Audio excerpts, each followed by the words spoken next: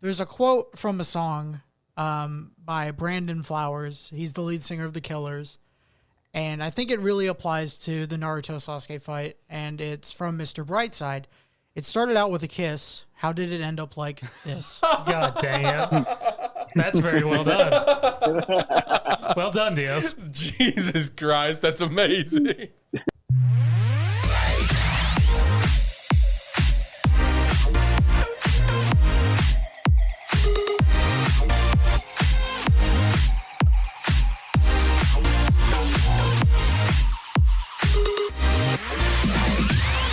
What's up, everyone? Welcome into Animan Plus episode 50. 50 episodes of this show.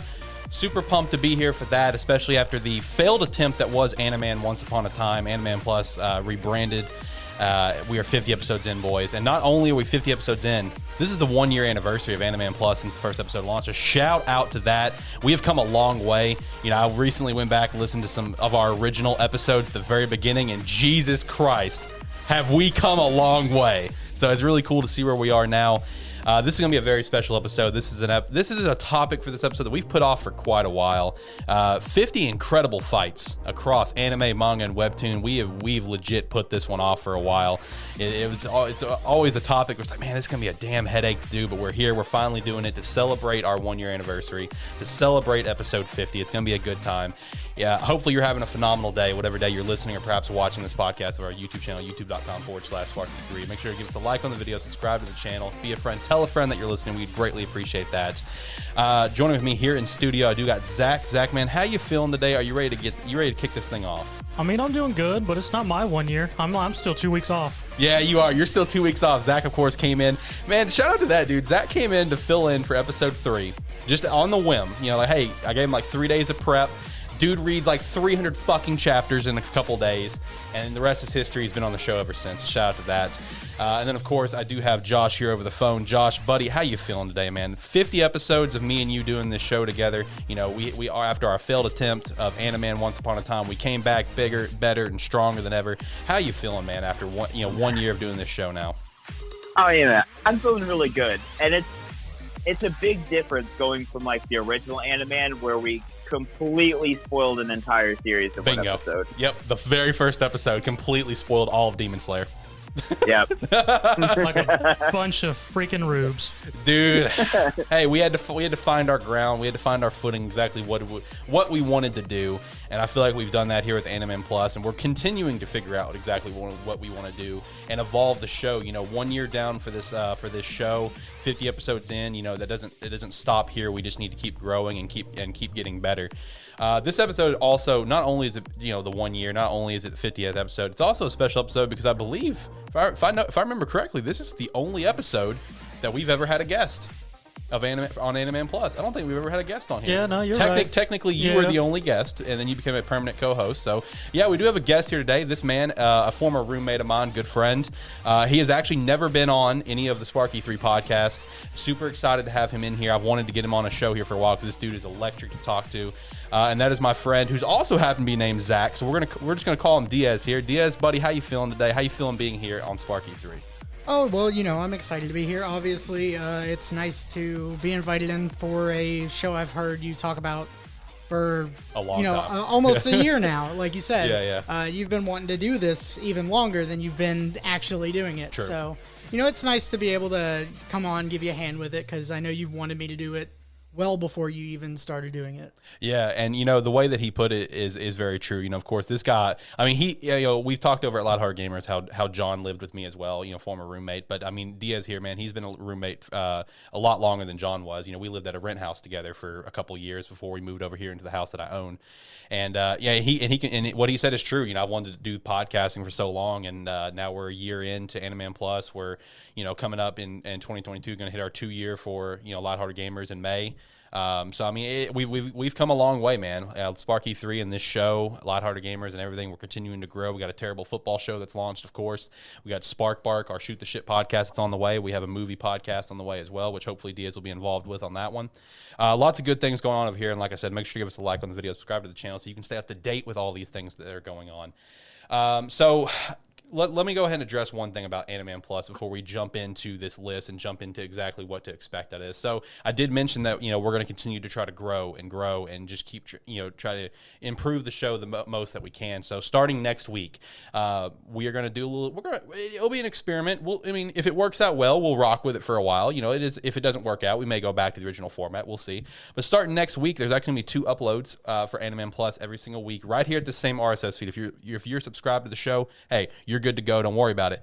But what we're doing is we're going to have the Animan Plus episode that's going to strictly focus on anime that we're watching, whether if it's old or new or whatever, and the manga chapters we're reading. And then all the new stuff that we do, that's actually going to be a separate upload from now on. It's going to be a kind of a quicker upload, maybe 10 minutes tops, with just pretty much me and Zach taking care of that one. We'll still cover the manga sales, of course, for all the volumes we've got going on. I know we just launched a new bunch for Weekly Shonen Magazine. The first week, hey, Tokyo Revengers, guys, already almost eclipsed 500K. In its first week. It's actually it's blowing up right now as we expected. Beautiful cover, by the way, of Mikey. Looks fantastic.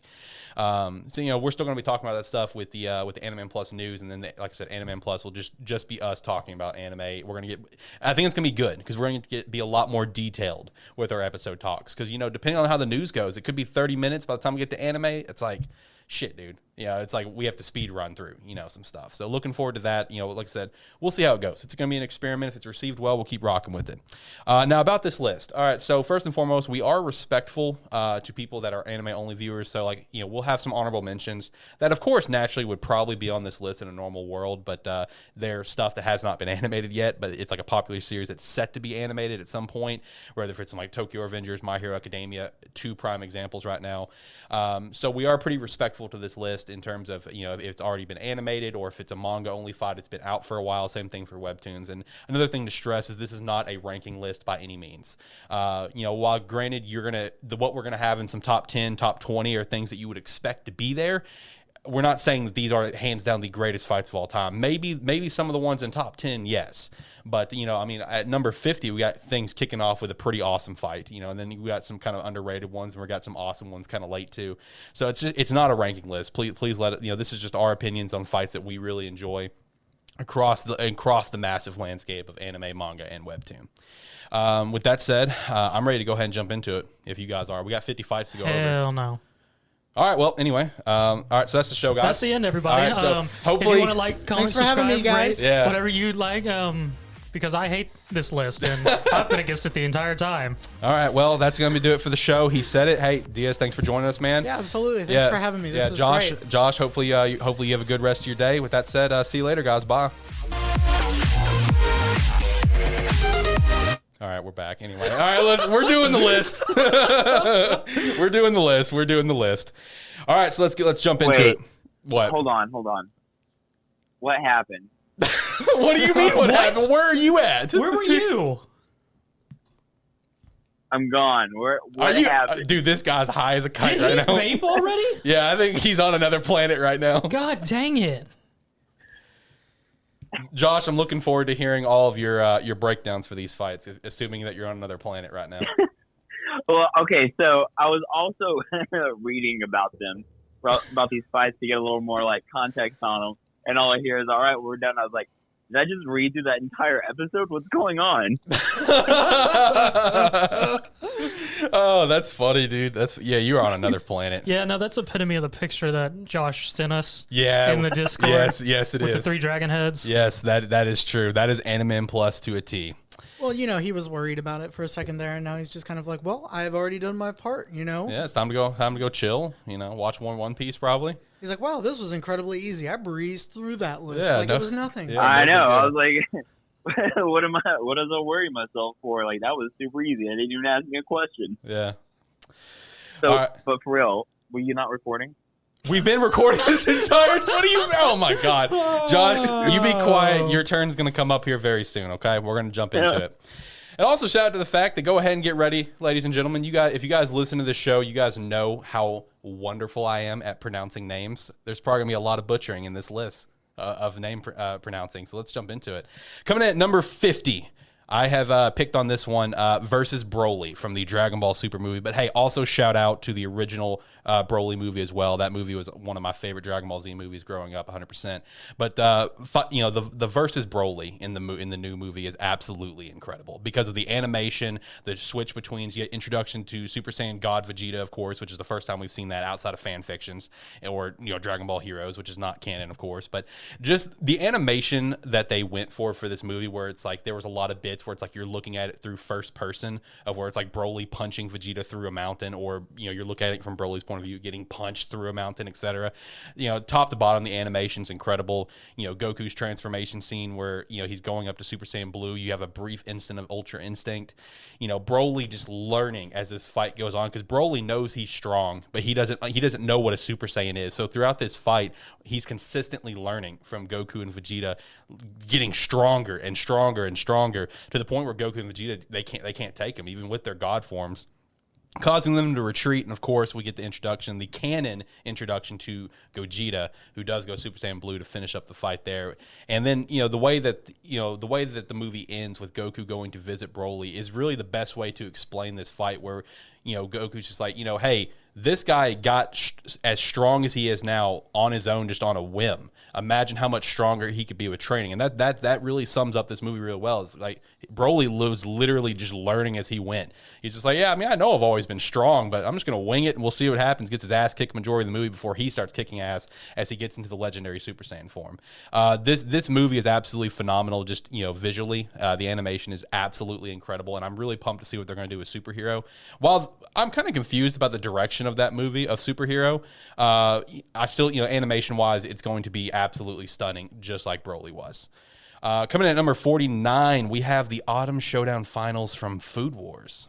Yeah, I mean, this is debatable. Some people might say it's not a fight, but yeah, that's true. Yeah, it's very much intended as a fight and contest, because during the whole actual setup of it, for them trying to prepare their fish and whatnot, it's a whole thing. They even references how each of them have chosen their blade or fish for the competition, and this whole thing setting it up. And it's a very good. There are some few contests that I might put usually ahead of it, but in terms of like just initial setup and everything for the series, this is the first real big fight between several of the main characters and setup, and just for Soma, our MC, him sort of hitting a roadblock of sorts amongst his current peers as well, because in the end, I can't think of his name right off the top of my head, but the guy who uses spices, I can't remember his name to save my life at the moment. He's the one who ends up winning, beating out Soma and I really can't remember their names now. Yeah, the other guy. He's the angry one. He likes to smash things. Angry one's all you need. He's from the harbor. Yeah, that's all you need to know. And just really shows a good, just each of their different techniques and styles of these three characters, especially with the other two who were first really introduced here during the Autumn Showdown final, Autumn Showdown and everything. And just overall, very well done, animated. The similes with them battling with swords. Right. And I should also clarify, since, obviously we did have the Autumn Showdown finals here. When it comes to this list as well, there are a handful of fights, or as we're just going to call conflicts as well, battles or whatever. There could be group fights on here. There's one-on-ones, two-on-ones, whatever. There are a string of fights that we're all considering one, ranking if it's like all in a tight spaced area, one after another, boom, boom, boom. That's all stuff that we are counting as one list. I mean, it's our show. We do what we want. But just be warned, there are a couple more that are like that on this list. Coming in at number 48, we have Rimuru versus Hinata from Reincarnated as a Slime. So, if I'm not mistaken, this fight starts off season 2. And basically where season 1 ends off is Rimuru's heading back to his hometown, and when season 2 starts off, he feels a presence, which Great Stage warns him that he's trapped in a barrier that prevents his magic. And as he's looking around woman approaches him from behind and tells him that her name is Hinata and that she's going to basically kill him and avenge Shizu, who everyone thinks that Rimuru killed. The fight itself doesn't last very long. It's really well animated and animated. I haven't read the manga or read the light novel, so I can't comment there. Some of the things that, kind of happen is that Shizu basically attacks Rimuru and tries to get him with the sword, finds out that the sword doesn't strike a physical body, it strikes a spiritual body. And ultimately back to Rimuru in a corner, and he uses his glutton ability to turn himself into a big monstrous chimera thing, which Hinata responds by basically using a disintegration technique to kill him, and that's where the fight ends. But it turns out Rimuru never actually was in the fight. He kind of ducked out halfway through so he wouldn't die. Zach, you got anything, man? I mean, he hit it. I was just very confused by the Shizu all of a sudden. Okay. Yeah. Yeah. Okay. Sorry. Okay. I got you. Wasn't sure. Coming at number 47, we have Alucard versus Walter in Hellsing Ultimate.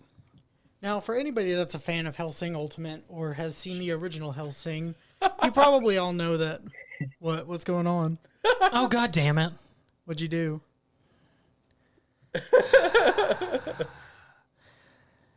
I hate these cameras. It's just that one today, man. Wait, the other ones are fine. Fucking kill me. The other ones are fine. It's just that one today. Wait, what happened with the camera? The camera froze You're again. frozen. It froze? Yeah. Oh, well, that's lovely. All right, throw up the F's and throw up the S. We'll be right back, people. All right, we're back from some wonderful tech problems. Sparky 3 is a grade A, just a grade A facility, man. We got a lot of good stuff going on. It's because we never use that camera on this show. That is true. We don't, because we've never had a guest on the show. We've used the camera twice, maybe once or twice with Josh. I think that's it.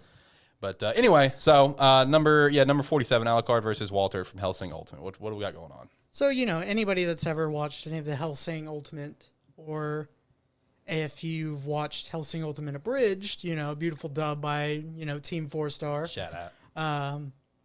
Then you know that it's just an absolutely gruesome show. And you know that Alucard just absolutely gruesomely likes to slaughter people. But, this is one of the few fights where we see the exact opposite happen. No matter what kind of nightmarish nonsense Alucard throws out, he's there to get his shit slapped down by Walter.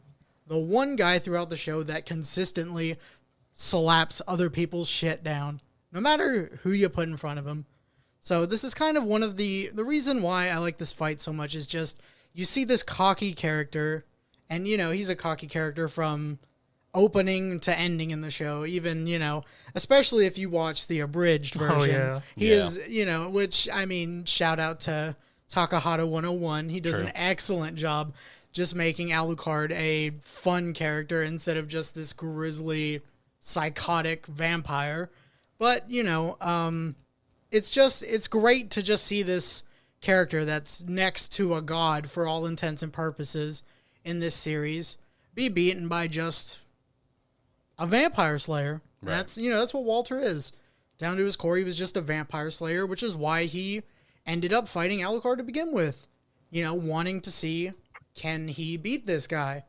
Well, it turns out the answer is yes, he can beat this guy, and he does. Right on. Coming in at number 46, we have the Yozakura family versus Tan Popo. So if you don't know about Mission Yozakura Family, I definitely recommend giving it a read. It's about to pass 100 chapters. Its 2-year anniversary is coming up, a current series in Weekly Shonen Jump. And right now, as of now, with where we are at chapter 98, 99, this is the pinnacle of my of Mission Yozakura Family as of right now, an arc that we just finished up with. And this arc, there were so many factors that went into it. Going into this arc with the organization Tan Popo, they're basically trying to get Yozakura blood to basically create more enhanced humans by mixing it with some other bloods, etc. But they're while Yozakura family are going in there trying to stop them from doing that, there's also that secret underlying mission as well between our main character and the eldest brother Kochiro, where mind you, Kochiro has never liked Taiyo throughout the whole series because he's super protective of his sister, and Taiyo was married to him, so he's like, oh fuck you, I don't like you. Kochiro entrusted Toya was like, hey, if I fall, this is the actual mission that I don't want anyone else to know, and that is to recover the remains of the first head of the Yozakura family. Basically how they've been getting the Yozakura blood up to this point, which is special blood, give you enhanced properties. But everything about this arc was absolutely fantastic. Getting to see all of the siblings except the eldest, because at this point, I don't think he's ever used his blooming. I'm personally convinced he's always using his blooming because he's never opened his fucking eyes. So I'm convinced he's using it 24/7. But in this arc, you get to see everyone else use all their special abilities, and it was just one fight after another throughout this whole thing was an absolute banger. Plus, coming down to the final fight against the leader of Tampopo, Makoto, where it was just one big showdown between him and all the members of the Yozakura family. Also, shout out the fact that for that fight, Mission Yozakura family did get a 34-page extension just for this fight. I mean, top to bottom, this was an absolutely phenomenal read. Some of the peak of Mission Yozakura family as of now. Coming at number 45, we have Joe versus Yuri from Megalobox. Yeah, now, this is just my first of ones I've chosen for this list that you'll find out that in fights, I very much enjoy a slugfest. Yep. And this is very much the epitome of a slugfest. This is the final match in the first season of Megalobox of Joe versus Yuri. Yuri's the top dog. Joe's fought his way to become his contender in the big Megalobox tournament. And this is a very great turnaround in the series because it goes from the first time they fight down in the underground fights with Joe with this no gear, and Yuri shows up with his very special gear and sort of just plays with Joe, beats him down and everything. And then we come full circle, go through the whole tournament. Joe manages to clear through the rankings, and we come to a fight of Yuri and Joe, neither of them wearing gears, and just straight up boxing and beating the living crap out of each other. And just overall, phenomenal top off to the series. Overall, enjoyed the fight, animated well, was very dramatic and atmospheric with the music chosen and everything. Just very well done overall. And I cannot not want to watch that fight in all truth and everything. Coming in at number 44, we have Zeus versus Adam from Record of Ragnarok. Yeah, so I haven't read Record of Ragnarok, but I watched the Netflix series, which I mean wasn't bad. And obviously, the best fight, in my opinion, from that was Zeus versus Adam, because Zeus is touting himself as like basically the strongest god because he's like the god of the gods, or something like that, and ends up getting kind of cocky and taking over the second fight from Shiva, and he's up against Adam, obviously Adam from the Bible, the first dude. So you Zeus sure is it's coming not at him Adam? with, it might be that, it might not be that, Is it Adam but Warlock? it is Adam Warlock. But Zeus is coming at him with lightning fast like punches and kicks and stuff, and Adam's avoiding every single one of them, which surprises everybody, and then Adam basically throws all the attacks right back at him because he has the eyes of the Lord that basically lets him copy any attack or technique that he sees, and basically Adam controls that entire fight up until Zeus starts contorting his muscles and making himself a little more powerful, which Adam still is able to dodge, but it ends up putting so much of a strain on his body that in the final slugfest, Zeus ends up winning only because Adam had died in the middle of the fight. It was the best fight in season 1 of Ragnarok by far. Coming in at number 43, we have Tanjiro and Nezuko versus Ryu from Demon Slayer. Ryu, like from Street Fighter? Oh, or yeah, did you mean Rui. Rui? Yeah, Rui. My bad. Rui. No, No, you're he fine. means Ryu. So Ryu from Street so Fighter. we Now- need Yes. you to recreate that fight. Okay, Yes. so like Yeah, Ryu from Street Fighter comes in. obviously Tanjiro and Nezuko were kind of on the ropes there. Yeah. Especially after like a couple of Hadokens. Yeah, Hadokens, absolutely. And Ken jumped in randomly at one Yeah, point. yeah. Ken went in, put Nezuko in a headlock, and what else is there to say? Like, I mean, Yeah, it is a tough fight. no, but I mean, obviously, like, Tanjiro So- confirmed for Street Fighter. watching Demon Slayer for me was it was from start to finish, it was just an experience. I loved everything about the show from the first episode, starting with the animation, the music, the artwork. Everything about the show was just pure bliss watching it. Once we got to this episode in particular, though, I had enjoyed the show, and then this episode happened, and I loved the show. And then I just couldn't get enough of it after that, and I was just like, this fight in particular, partway through, you've got Tanjiro, he's just struggling, to beat Rui, who he finds out is a lower-ranked member of the Demon Moons. Yep. And he's heard that the Demon Moons are just these badasses among the demons, and he finds out that it's just a lower moon, and he's just kind of like, well, shit. And he's just getting his ass beat all around the woods. He's able to throw in a few slugs. He thinks he's doing good. Thinks he cuts off Rui's head at some point. Well, it turns out Rui just popped his head off and kept it. Yeah, he just pops his own head off like he's some kind of a fucking doll. Right. Thinks that's cool and everything. Like a fucking asshat. Now, I will say the build-up into this whenever he cuts his head off is phenomenal. The music build-up, the animation is just beautiful. You get some team effort from Nezuko, find out that she has what's called a blood demon art, which is something that only the moon demons have had at this point in the show. So that's a surprise for those of you guys that haven't read any of the manga or aren't completely caught up in the anime or have seen the movie yet, which, if you haven't, recommend watching through the anime, watching the movie. Fantastic. You guys will love it. Coming in at number 42, we have Rai versus Muzaka from Noblesse, and this is a fight that is in the webtoon. I know there was like a Noblesse movie where it was like the origin story of kind of what happened with them all those years ago. You can go watch that on YouTube. That's a pretty solid fight. I don't remember the name of it. It might have been called Awakening, or is that the OVA that started the season? Awakening was the OVA. Okay, well there was a movie. I just don't remember the name of the movie. It was like a little short 30-minute movie, but you get to see their fight that happened all those years ago. But no, this fight in the webtoon was absolutely phenomenal. I've always praised Noblesse for having some of the best drawn fights I've ever read, and this one for sure kind of really takes the cake because there's so much weight behind this fight of these two being such long time close friends. Rai of the Nobles, of course, being the Noblesse, Muzaka, at one point being the leader of the werewolves.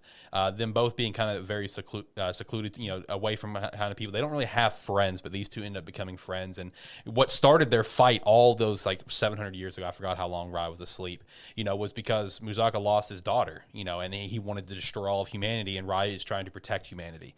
And once it comes time for this fight, Rai is pretty much consistently on his deathbed with every fight that he tries to have because of how weakened he is from that fight all those years ago. But just one scene after another throughout this of Rai Muzaka still duking it out because of ultimately Muzaka wants to still kill humans. He's still friendly. He's still friends with Rai. It's just like, hey, I still love you as a friend. Obviously whatever. And but he's like, hey, I still hate humans.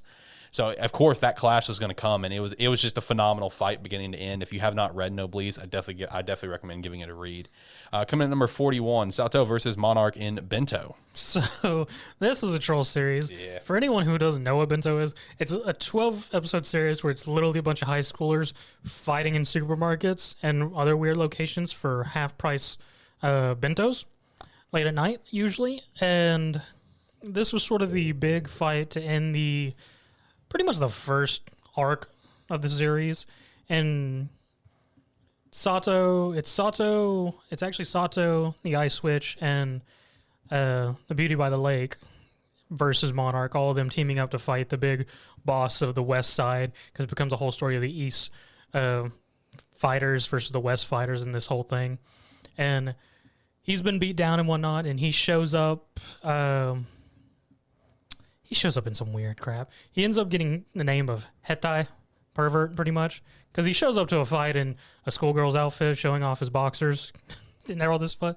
It's just an overall arcing fight of just far better animation than honestly this series concept really deserves.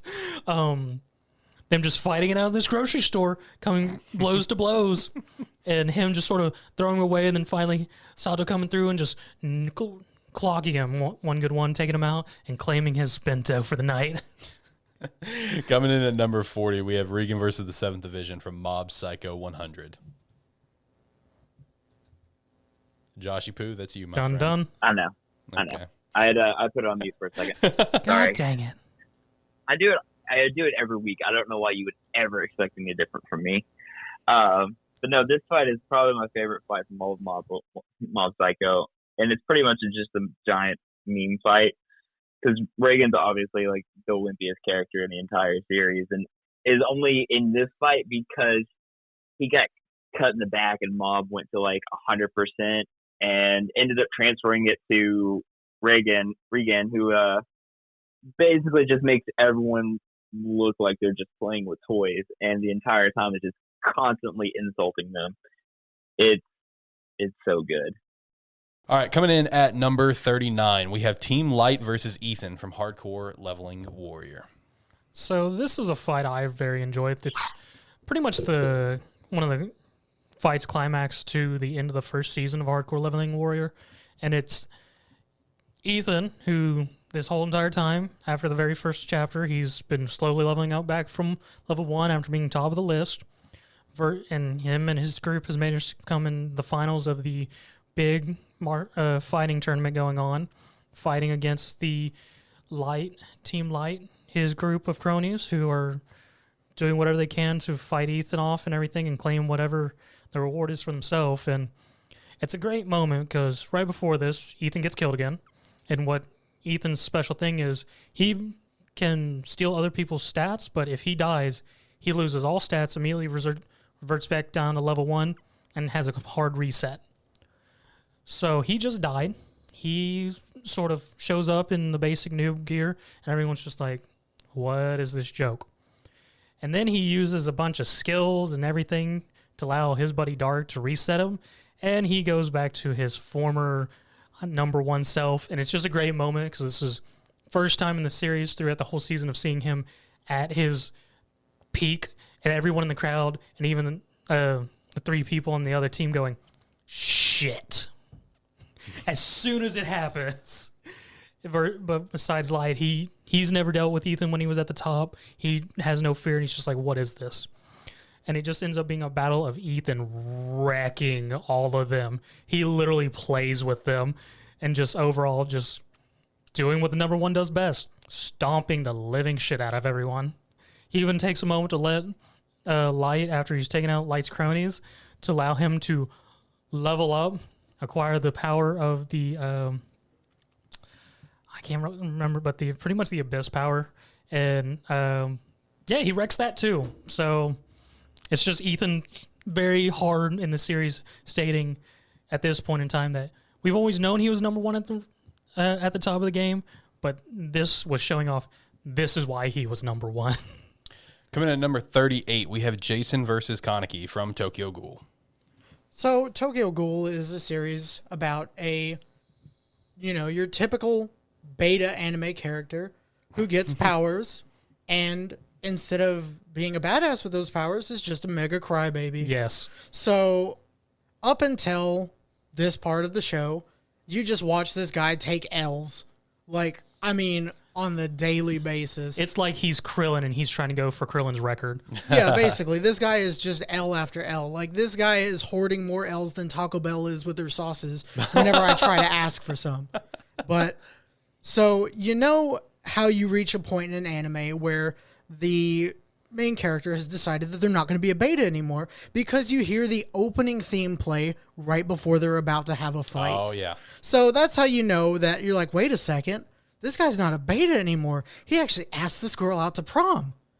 Only in this case, the girl that he asks out to prom is actually just a maniacal, gang leader psychopath named Jason. Fitting. He's basically just spent almost the entirety of this episode and the one before it torturing Kaneki until he finally snaps and is just like, you know what? Everybody hates me because I'm a ghoul, so I might as well just own it. Which results in one of probably my favorite, just well-deserved ass whoopings of an antagonist in an anime that I've seen in a long time. And almost anybody that's watched, anime or Tokyo Ghoul at least knows of the series just from the opening because it's been memed on so many different things. Yeah. Or there have been, numerous people on YouTube that have done covers of this song. True. Obviously there's Pellic. There's Jonathan Young. There's a ton of people that have done covers of this song because it's just got a lot of notoriety. Mm-hmm. Same with the fight. Coming in at number 37, we have the Spearhead Squadron versus the Legion / Shin versus the Shepherd. This takes place, I believe it was episode 9 of 86, a series that came out this past spring based on a light novel that I completely fell head over heels for. And this fight, man, it brought a lot of dread kind of leading up to it, because everyone in Spearhead, the remaining 5 members of Spearhead, comes into this knowing that, yeah, we're going to die here. We know this is a suicide mission. The Empire is literally sending us here to die, because of how much we've held on to things. And just as they're supposed to have like these weeks or months worth of supplies, and they're running through ammo like nothing. It's just like, I got to reload again. It's like, again, how much more ammo do we have? It's like, not much. We're about to get fucked. Shin kind of moves ahead because, of course, he can hear the voices of the Legion. He can hear his elder brother, who is in the Shepherd, leading this front, and he wants to finish this job. He wants to kill his brother and get this out of the way and get it done. It's haunted him his entire life. And then, of course, our major waifu, as Zach calls her, steps in to kind of save the day with some extra firepower from the sky, helping them out, taking over Raiden's eyesight to make sure she hits the shot, and just everything involving those 4 members of Spearhead fighting the Legion was absolutely incredible. But then Shin versus the Shepherd in just an action-packed battle. And look, it's like what Zach said when it came to the music. I'm a sucker for scenes where like some bomb-ass music starts playing, because that was this moment, man. Shin is almost on his deathbed at this point, falling unconscious. His brother's going to finish the job. Shin wakes up from major waifu, Lena yelling at him and everyone else saying, yo, Shin, wake up, because Shin's getting his shit wrecked by this giant shepherd. Wakes up, got some kick-ass music playing, and Shin manages to come through, finish the job, destroy the shepherd, and then, of course, has a very emotional scene afterwards of where all of Shin's memories of his brother start all coming back. And Shin, who has shown very little emotion throughout this entire series, except just being like, determined to kill everything around him in these fights, finally breaks down in full tears, remembering his brother and, the fact that he finally got the job done. Coming in at number 36. So we actually couldn't, we didn't end up coming to a decision on which one we wanted to go with. So briefly touch on both. This one's from a series called Sakamoto Days. We have Sakamoto versus Hardboiled and Sakamoto versus Kashima. So this is definitely one of my favorite new series that's come out this year. And I personally enjoy both these fights. Sakamoto versus Hardboiled was the first real fight in the series of where we see Sakamoto, of him actually using his skills when he was an assassin and things like that, versus Hardboiled. And that has a good moment of making you think, well, yeah, Sakamoto has retired and he's slowing down. And then we, for the second time, get to see Skinny Moto and just the peak of him just going, these are my skills, and wreck the crap of you. And which this the chapter with Hardboiled versus Sakamoto also gives us the long string of nice wide shots, and just the two of them after their big fight chilling in a broken Ferris wheel carousel, just smoking. Yeah, and Hardboiled's like, you are hard-boiled. And then Sakamoto versus Kashima, which is one of the more recent chapters. Phenomenal. Yes, it is just another pinnacle of where Hardboiled was sort of more was a known assassin. He was sort of on the lower end. Kashima's sort of a killer that's sort of towards the higher list at this time, who's supposed to be sort of almost immortal.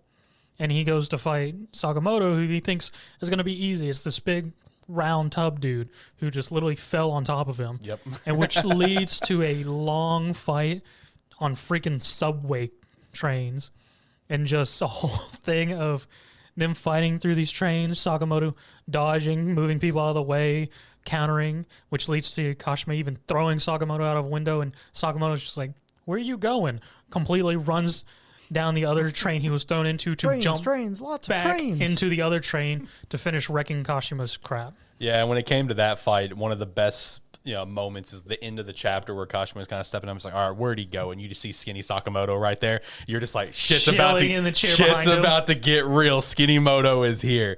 All right, this is a big one, guys. This is a big one. All right, coming in at number 35, Josh. This is for your redemption story, okay? You got to knock this out of the park, man. This is Mashle versus Cell War. Mashal being a series that Josh absolutely despised when he first read it, and then it grew on him over time. So, Josh, this is up to you, man. This is for your redemption story. Knock this out of the park. I know this should be a question I asked like 50 minutes ago. Are we doing the first fight with Silver or the second? Both. Okay, that makes it easier then. All right, so the first fight with Silver takes place right after Mash fights Abel, which he comes in with all his cream puffs and ends up sneezing and throwing them all on Silver's crown. The fight's pretty quick because Silver's throwing out his carbon nuggets, and Abel ends up helping Mash. Silver asks Mash what kind of magic he uses, and he goes, "Magic, power." I love Mash so much. Yeah, I know. And then punches Silver in the face, cracking his, I guess his skin shield thing.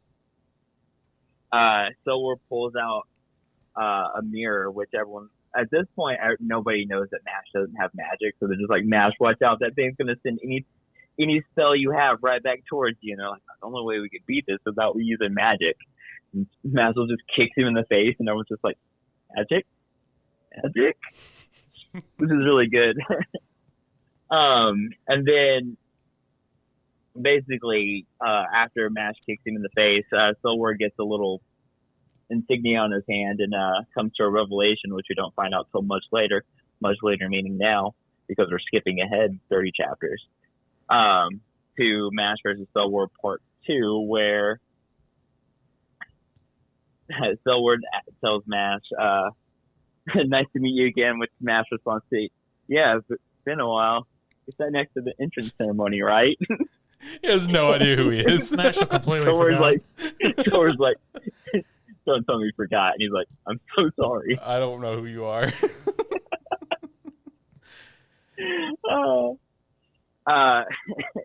In the fight, Mashal's a lot faster and dodging a lot more Silver's attacks.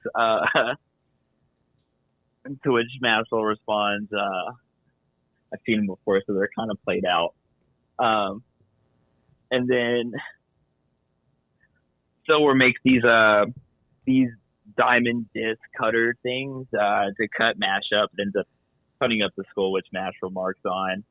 And while Mash is trying to hit him, you notice while two of them are attacking, two are protecting, and comments that 4 is too many, too much.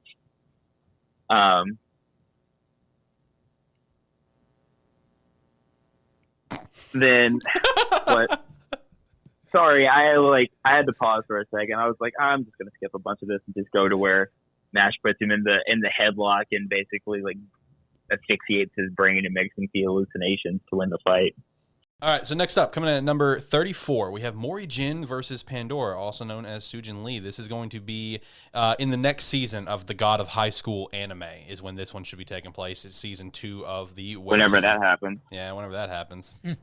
Yeah, you've got that right. It takes place during the Ragnarok arc, which, in my opinion, out of what I've read of the webtoon so far, is hands down one of the best part of this series so far for me.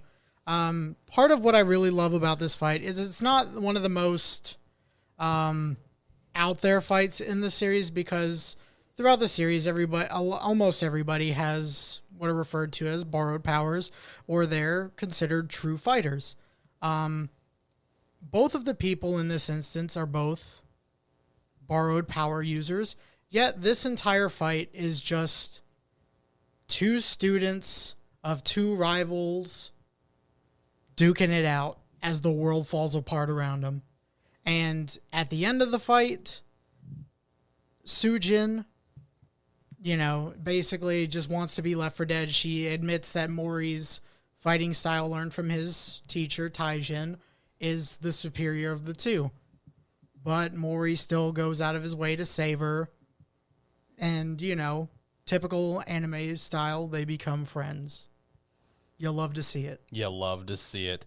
Coming in at number 33, we have Shinra versus Sho from Fire Force. So if you guys know anything about Fire Force, you guys know that the animation in this series is just top notch. And that is where this fight comes in and shines, being the climax of season 1. Sho being, of course, Shinra's little brother, who he assumed had perished during that fire all those years ago. And then comes to find out that Sho is actually alive and with this, evil organization. Sho has no memory of Shinra.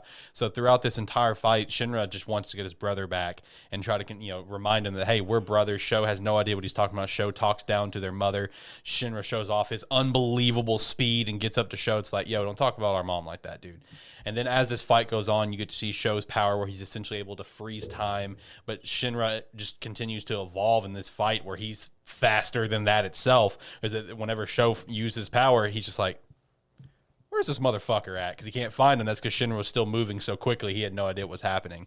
Overall, just the animation quality for this series, for this fight, was absolutely top notch. This fight had so much weight behind it, especially the extra added weight when Sho remembers everyone, where he's just like, shit, this is my brother, and has that quick moment there, and then his comrades come in and basically like knock him out and like, nah, fuck that, you're not gonna remember this shit, and he ends up getting away. So it hits you in the gut where you don't get to see the conclusion that you want to see at the time. Coming in at number 32, we have Jake versus Ben from Weak Hero. So this is Slugfest number 2. Yep. These two guys are Ben's considered the leader of the group that we've been following all throughout the series of Weak Hero. Jake is the leader of the top group amongst all the different affiliated schools that Ben and the team's been taking out. And this is a very entertaining fight of just these two characters being very similar to each other. And because Jake doesn't tell any of his people where he's going, he just rolls up to the school and just like, Yep. Ben, let's fight. Let's settle this. And Ben being Ben, he's just like, I'm down. He tells all his people that it's just going to be him and Jake. And him and Jake just have a slugfest. Just being the ever-living crap out of each other, testing each other's strengths and weaknesses of how far each one of them will go. And like this spans a decent amount of time because it's more or less starts when the sun's setting. And by the time they're done, the sun has fully set and there's a nice moon in the sky. Yep. And these two have beat the shit out of each other where Ben can barely stand up once he's won and Jake's just out. And the best thing about this fight is just the pure respect between them because, again, Jake's told his guy, he didn't tell anyone going there. His guy showed up later. Ben told his guys, yo, step back. And even Ben's crew, they're like, no. We're staying out of this. Like, this is a very respectful match. And even after the fact, when Jake's team kind of comes in and fucks with some shit, Jake even kind of gets them back on his own where he's just like, yo, I lost, guys. Ben, you won. And they kind of go their separate ways. I love those sort of fights, dude. Just pure respect.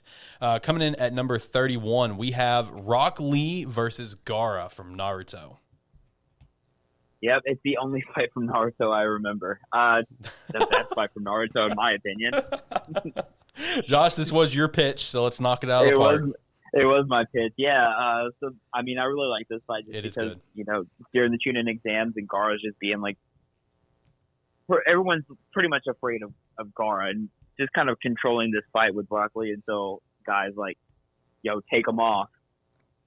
He just takes off his ankle weights and. What are a few weights going to do? Yeah, what are a few weights going to do? Yeah, what are a few weights going to do until they just crash to the ground in a giant explosion? Yeah. And just starts unleashing this flurry of kicks and punches to Gaara. Yeah, it's a really good fight. I will never forget that moment as a kid watching that episode for the first time, and just the weight just making the giant explosion, and Rock Lee just disappearing. The thing I can't forget from the preliminaries is Kiba losing to a fart. Ooh, that's true. Ooh. Shout out. Coming in at number 30, this one's more of a recent one. We have Rengoku versus Akaza from the Demon Slayer movie. So I'd like to allude back to the Jake versus Ben scenario that you guys were just talking about a minute ago. The respect. Yeah. That's one of the things about this fight that I just loved was you've got this entire story takes place on a train, and then, after they get off the train, basically, due to it, wrecking. You've got an upper moon, the first upper moon we see on the screen. Yep.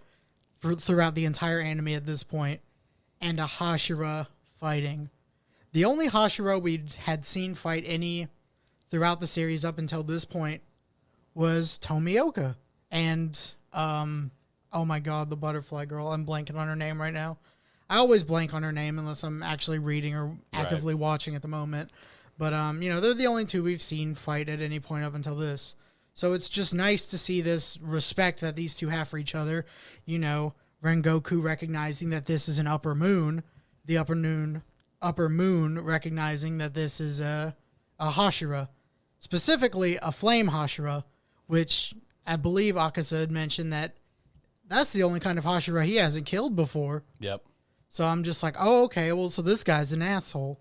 But like this whole fight is just Akaza trying to goad this guy on and convince him, man, you should be a demon. Yeah, you join me. We can fight forever. You should forever. be an upper moon with us, and we can spar forever, and you can build your skills so much more if you become a demon. Yeah.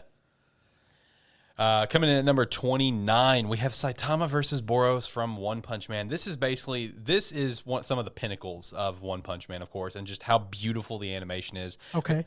Because in this, yes, okay, gave us that beautiful meme that I still use to this day all the time.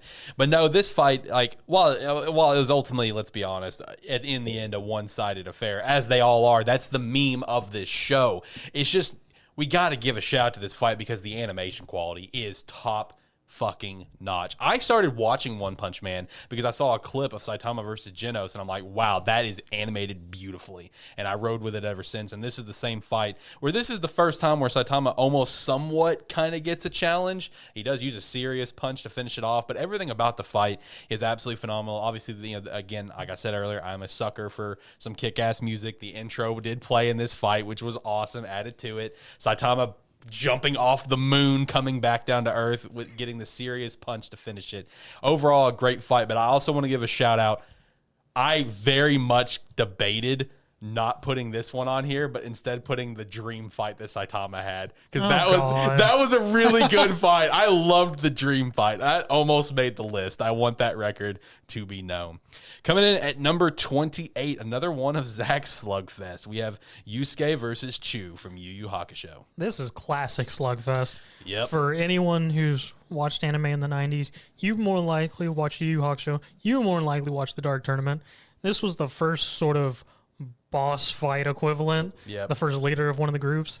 And before this, so they used to have a whole 2 episodes fighting each other with their powers and whatnot, and they both just exhaust each other to the point where they both can barely move. They both recognize that, and Chu just goes, which in Chu's weird American dub is Australian for some reason.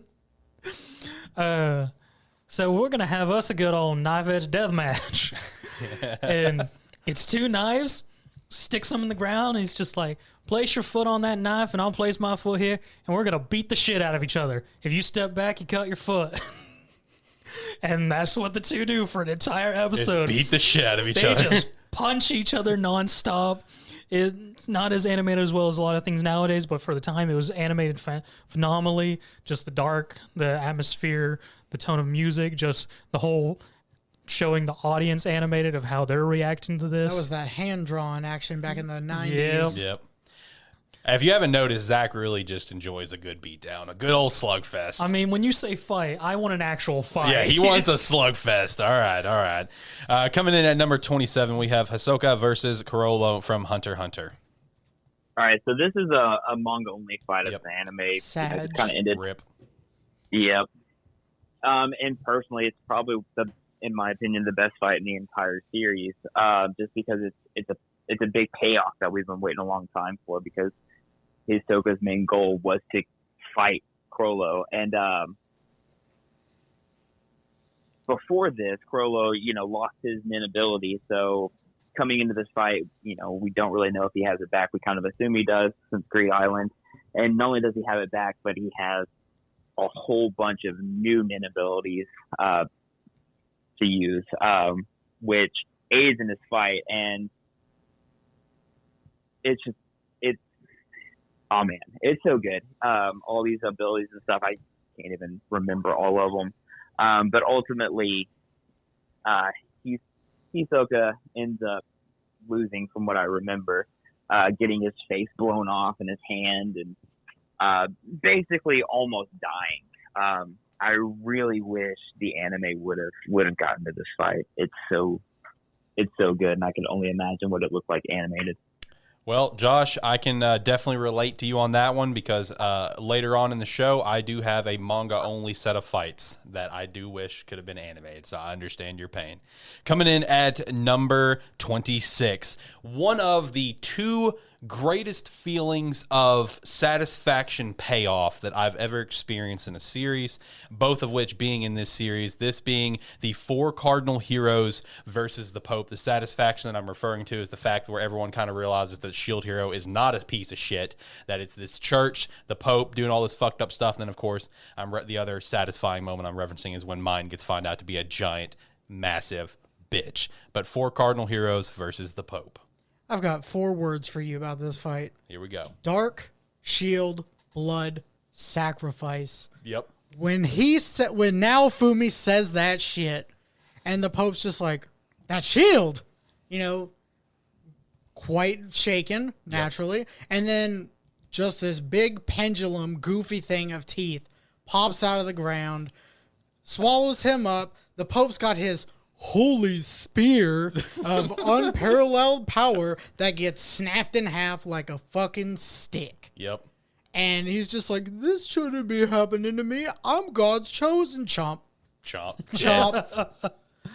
And when it comes to this fight, of course, this is the first time where all 4 of the heroes of this world work together. Yep. But in terms of the blood sacrifice, man, just that pause of when he does it, everything's kind of still and quiet, and you just see blood pop all out of Naofumi. Yep. Everyone's like, what the fuck? What the fuck just happened? Even he's like, what? It's like one of those little party poppers that you just pull the string on and just shoots out everywhere. And everybody knows then, everybody knows what's happening there when that happens. But that was just incredibly satisfying to see that Pope get what he had coming to him. Yep. Coming in at number 25, this is number 2 in terms of the most memorable moments from this series, in my opinion, of these fights. This is part of the peak of this series, and that is from Fairy Tail, Team Natsu versus Hades on the Tenora Island arc. This fight featuring Natsu, Urza, Gray, Wendy, Lucy, the normal crew that you expect fighting Hades, who is the former second guild member of Fairy Tail, who's come to try to basically fuck everything up and get Fairy Tail stuff that's on the island. But the 2 things that make this fight great, everything leading up to it was phenomenal. This team, they've already gone through fight after fight on this island. They're exhausted, but hey, they're here to finish the fucking job. But in this fight, there are 2 moments that really stick out and make this fight stand above most of the rest of Fairy Tails. Number 1, the return of my boy Loxus, who of course Loxus turned, he was an asshat early on in the series. He went about his separate ways, but even though he went about his separate ways, Makarov still shot up the sign where it's like, yo, we still got you. You're still a member of Fairy Tail. He comes in for the first time since then to help protect them and fight for Fairy Tail after being an asshat to Fairy Tail earlier on. And then once he's going down, fires his lightning at Natsu to introduce Flame Lightning Dragon mode for Natsu and is putting the beat down on Hades. This is peak Fairy Tail. The last 2 seasons of Fairy Tail, they've got some good stuff. It's not bad, but the original series is the peak of Fairy Tail, and this is one of 2 fights from that stick out the most. Coming in at number 24, Seraphine versus John from the webtoon Unordinary. So this was a fight that everyone reading this was waiting for hundreds of chapters. The build up. Yep. This was the encounter everyone knew was going to happen. We wanted it to happen. It just took forever to happen, but we got it, and it was exactly what we wanted. Yep. Because it was just an absolute great buildup of John's descent into power madness. He lost his hair gel and he lost his way. Yeah. Jail John was best John. Jesus. Which is debatable now because natural hair John became pretty popular here towards the end. Yeah, but I mean, natural hair John is very popular with me just because it's like, well, it's nice to see you actually using your powers in any kind of way Right. towards Yeah. something that you want to change. But yeah, no. Throughout this entire series, John has fell into a power hole of just everyone's out to get him. Only strength is the only thing, and just Seraphine, his best friend, who he's pushed away slowly, she comes back with powers that were lost very early in the series, and is just there to wake John up. She never gave up on John. She was not going to give up on John, and she pushed her way through to get to him, to make him understand that this is not the way it needs to be, and pretty much smack some sense into him, which leads into his whole redemption that we get towards the end of that season, and leading into what we're hoping is going to be a great redemption arc overall whenever that series comes God, I'm back. waiting for the new season, man. Yeah. When it comes to that fight, the two things that stick out to me the most when it comes to this whole thing is, one, the simple buildup of every single time Seraphine would talk to someone about John, she would specify he's beaten everyone except me. Yeah. Because she hasn't had her powers up to that point. And then, man, shout out to the chapter before the fight actually started where she saved Arlo, and I'm drawing a blank on the other character's name. And Remy. Yeah, Remy, thank you. And Seraphine just steps up and says, John, we need to talk. And that's the end of the chapter. And then the next chapter, also shout out the longest chapter in Ordinary history for that fight. Phenomenal. 10 out of 10. Coming in at number 23, we have Luffy versus Doflamingo from One Piece. Yeah, so this fight, like all One Piece fights, is pretty lengthy, so I'm just going to start it where it gets good. There you go. There you go. Yeah. Which is basically when Luffy's backed into a corner by Doflamingo and announces that he's going to use his new secret technique, which is Gear 4 Bounce Man. Doflamingo comments that, what's he going to do? What's bouncing going to do to him?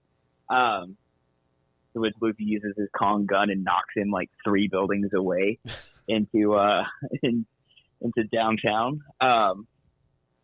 And the rest of the fight is pretty much just a pummel fest of Luffy just destroying Doflamingo up until Luffy's 10 minutes is up, or his time limit is up on Gear 4, and he has to wait the 10 minutes for his Haki to reform.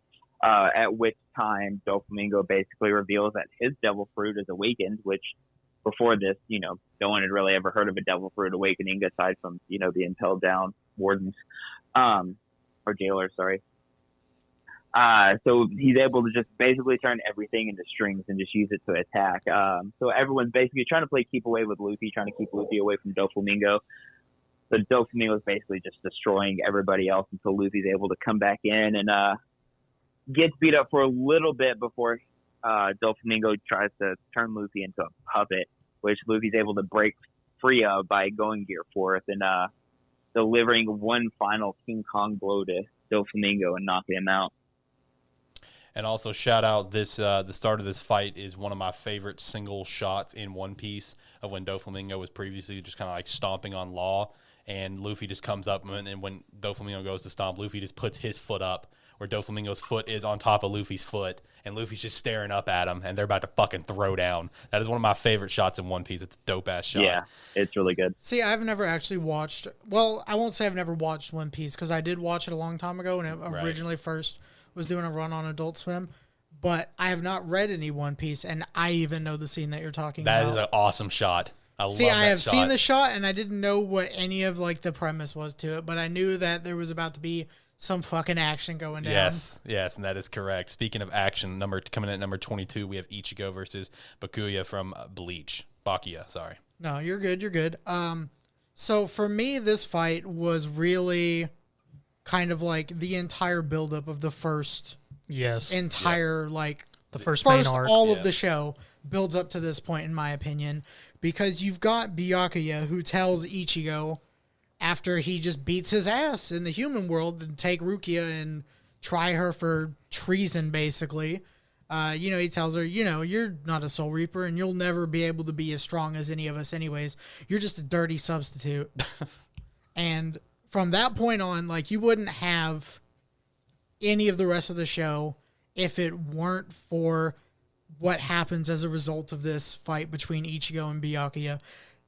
Ichigo takes all these W's, just building his way up to here, comes to fight Byakuya, and, they're clashing swords, and he brings out his Bankai, And Byakuya cannot believe this shit. He's just like, the audacity of this man to say Bankai to me? Like, who are you?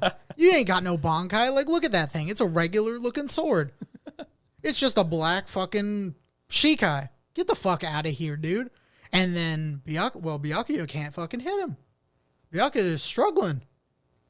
This man's got some Bankai. So, they duke it out, and part of the hardest part about this fight for Byakuya, I think, is that deep down, I think he knows Ichigo's in the right here for trying to rescue Rukia, and it's just like, dude, what are you doing? That's like your family, man. Like, you really gonna forsake your family over some bullshit little rule?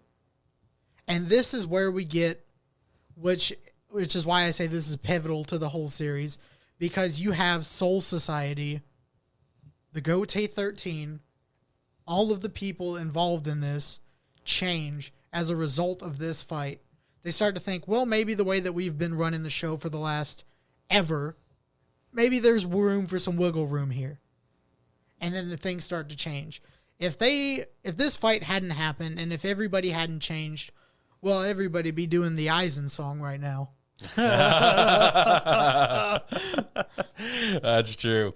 Coming in at number 21, we have the Vongola Ring conflict from Hitman Reborn. This being the first real major arc of this series. We had the Moroku arc, we had the Daily Life arc, but this is where it really takes off and becomes more of a serious shown in this series. Of course, leading off originally as like a comedy slice of life, and it slowly developed. But this arc being, the chosen 10th generation Vongola family going up against the Varia to decide who is going to actually be the 10th family, battling one after another, sun versus sun, lightning versus lightning, storm versus storm, etc. And each one of these fights, all very quick, they all in a very quick succession, night after night, each of them bringing different elements that just make it fantastic. Of course, the only appearance in the entire fucking series of 20-Year Lambo, one of the greatest little moments of like 10-Year Lambo jumps into the bazooka again. It's like, oh, what's going to happen this time? And you get the badass of 20-Year Lambo. You have Suna slowly developing more and more as,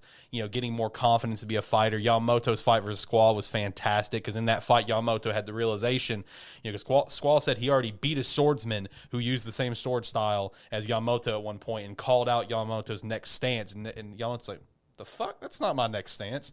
And that's when Yamamoto realized that, what makes his sword technique so great is that each person that learns the stances up to a certain point, they create their own stance and it just continues to evolve and branch in all different ways.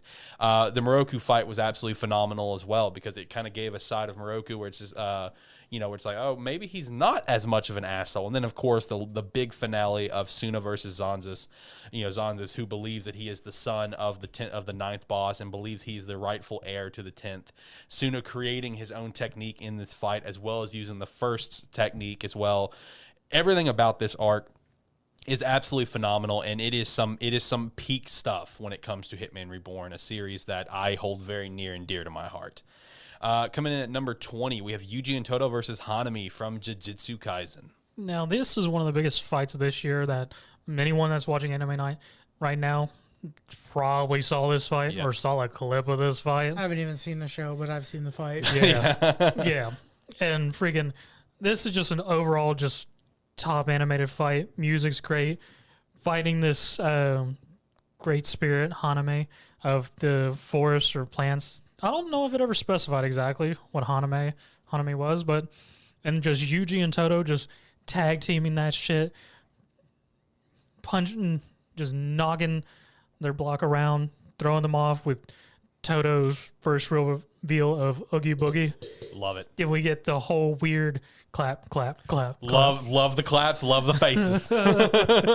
And just him using his ability of switching and just Yuji following through, just constantly hit after hit after hit, messing with Haname to the point where Haname's got to run away. Next up, coming in at number 19, versus Zagrid from Black Clover. This, of course, being the main devil from the entire first half of the series. Yeah, and it, obviously it falls right after the elves. So it's a good chance to see basically the humans and the elves coming together to stop a common enemy, which they all know at this point had been Zagrid the entire time. and basically everyone in the series gets a chance to fight in this, more or less. Yeah, everyone you get, has their moment. Yeah, you get Lich, Yami, Charlotte, Asta, the former Wizard King. So, yeah, I honestly couldn't tell you very much about it. I remember very little. That's my bad.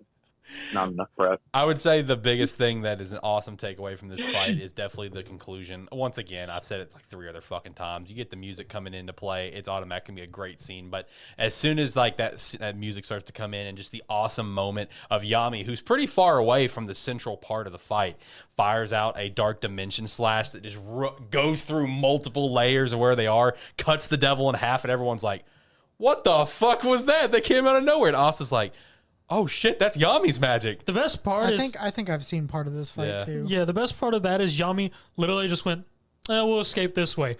No intention whatsoever to hit the demon. Just a big yeet. Yeah. That's all. That is the finest definition of a yeet. It's like, all right, well, let's see if this works, and just fires it off. Absolutely phenomenal, man. Coming in at number 18, All Might versus All for One in My Hero Academia. So the villains throughout this series have all just been like really neat characters to me, and I've grown to love most of them. If anybody that's watching the series is probably, I haven't read the manga, but I mean, I'm a Stain fan, and I'm pretty sure a lot of people are, and I know that there's a lot of Stain action coming up in the manga that I have yet to see myself because I'm fucking 8 million years behind.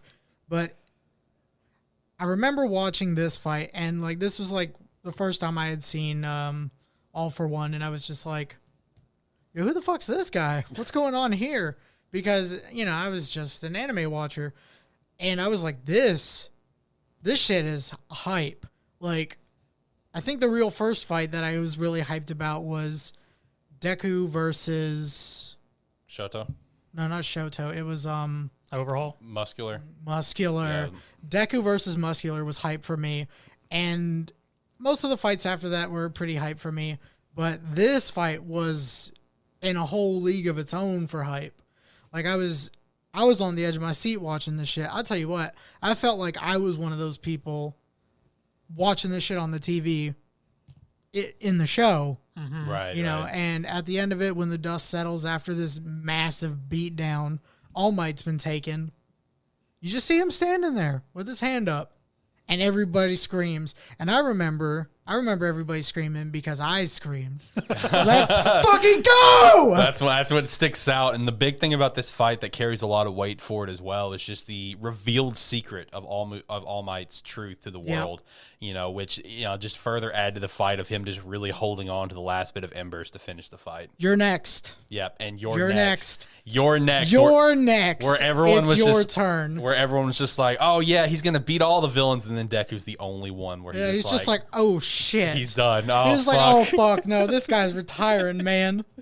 Oh man, that fight sticks out for a lot of reasons. Coming in at number 17, this is the pinnacle, the absolute peak of Fairy Tail, and that is Natsu and Gajeel versus Sting and Rogue at the Grand Magic Games. This actually being the final fight, the final 2 episodes of the first part of the series.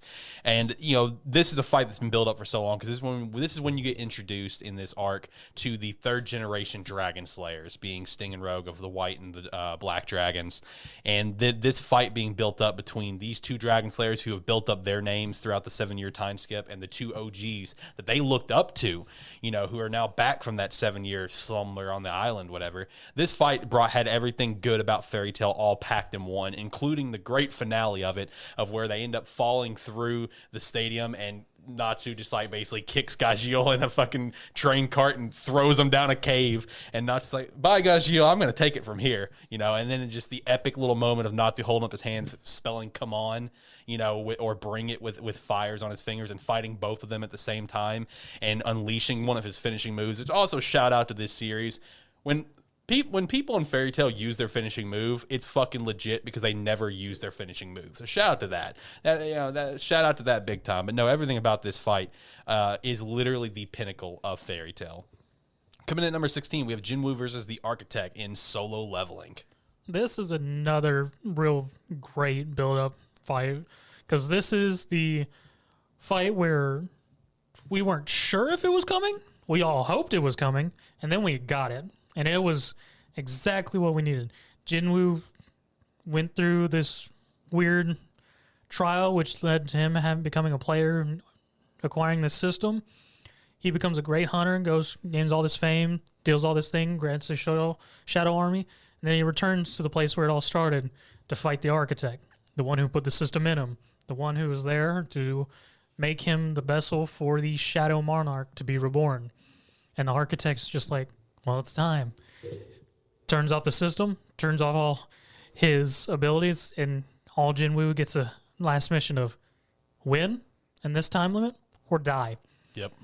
And Jinwoo has none of his abilities. He just has his skills and strength that he's gained over the past, like, year or so, give or take. Since he got the system, and has to fight all the statues, fight the Architect himself, even to the point of more or less standing that this is my power now. Fuck off. Coming in at number 15, we have Versus Father, Full Metal Alchemist Brotherhood. Yeah, this is another one of those fights where basically everybody gets a chance to pitch in. So at first everyone's basically trying to attack Father using anything they can, their alchemy, just random things they find, and nothing works. He pretty much blocks them all. Even Edward comes in and tries to get a few in on him, and nothing works. So Greed comes in and punches him in the face, but doesn't really punch him in the face, and basically just gets stuck. And from there, just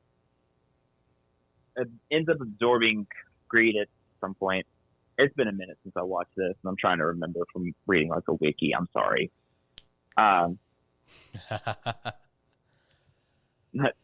Thanks for the nervous laugh.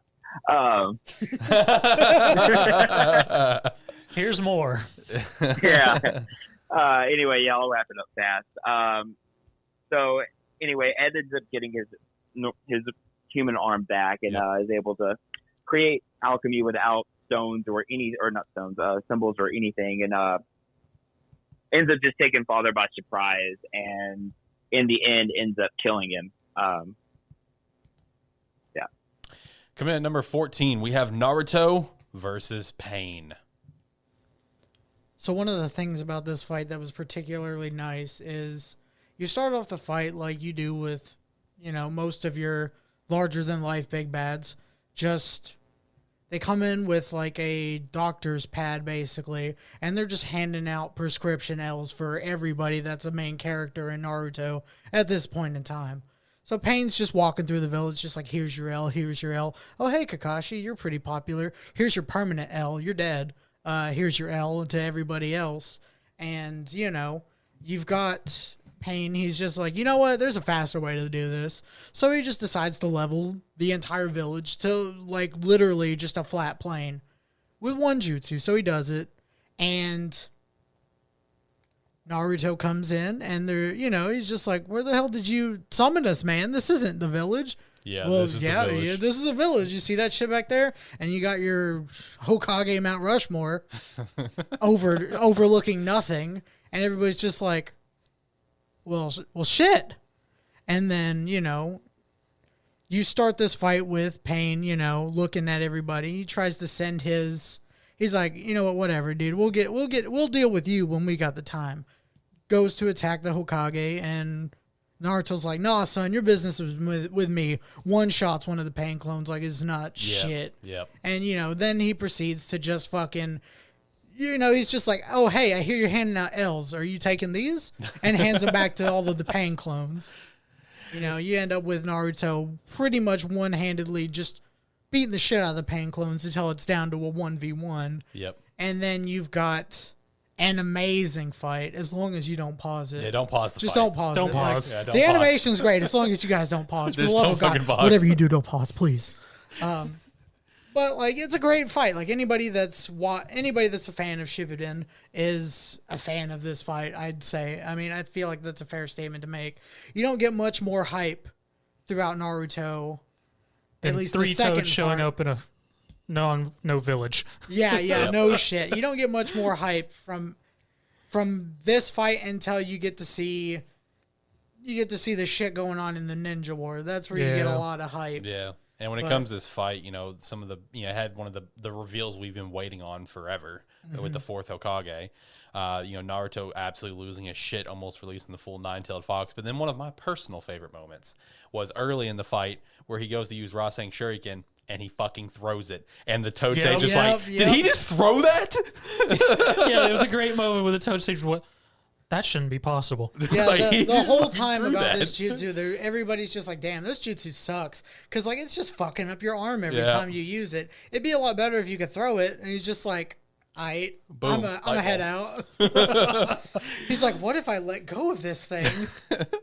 Coming in at number 13, we have versus Jiren in Dragon Ball Super. So Jiren, basically built up as this unstoppable monster, and every portion of the fight with him is absolutely incredible. Part 1 of the fight, where it's the introduction of Ultra Instinct and Goku. Well, that's the first part of the legitimate fight. They try to fight him beforehand. It just gets their shit wrecked left and right.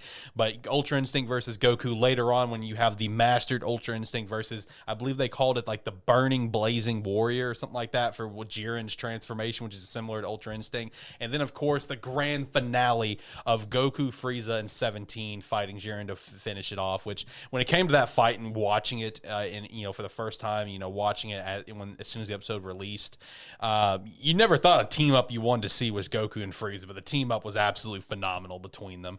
And, the one main reason why this fight had to make the list is because it's not very often when you have a new episode of something launch where it's so heavily in demand, it literally makes in this case Crunchyroll completely crash, which happened with this entire tournament arc of Dragon Ball Super 3 different times. The grand finale, the Ultra Instinct versus Jiren, I think Ultra Instinct Goku versus Kefla. I think Crunchyroll literally crashed when these new episodes launched. So big shout out to that.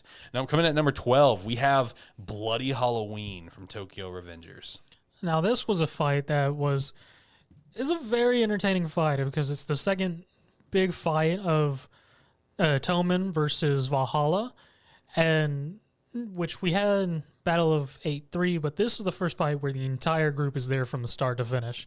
And it's just an overall good spread of just Toman fighting everything, getting to see freaking Dragon, because Dragon sort of got neutered in 8-3, but this shows off Dragon, where Dragon is a beast. He literally runs into Valhalla like a whirlwind, literally grabbing guys by their heads and throwing them at other guys and everything. Takamichi showing that for some reason he has a weird charisma of being able to push people past their limits when everyone else is giving up and Dragon's thinking he's got to protect everyone. Takamichi comes in windmilling for no reason, not looking, and everyone go, what the hell is this guy doing? And all the Tomans going, he's still fighting. We can fight. Let's go wreck some shit. Then we get the whole Baji thing of Baji joining Valhalla, and really he's not with Valhalla, he's actually a spy, and he's trying to fight off Kisuke. Baji just literally being stabbed by Kazutora, shrugging that shit off and continuing on his rampage until he just can't anymore. Takamichi intervening between Mikey and Kazutora. Just an overall great fight and showcasing each of these characters in different ways in the series.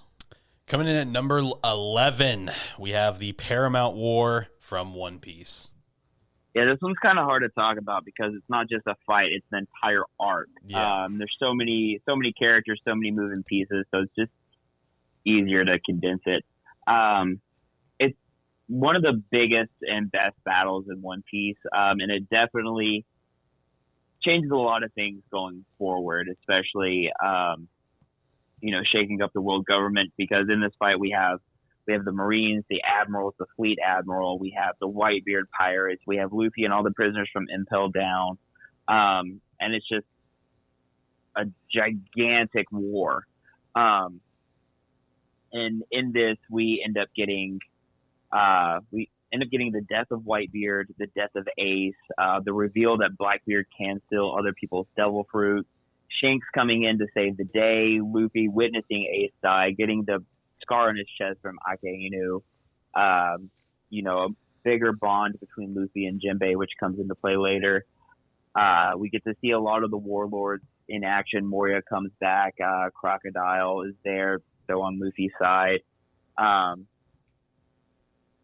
We find out that Doflamingo is there to basically kill Moria for losing to Luffy.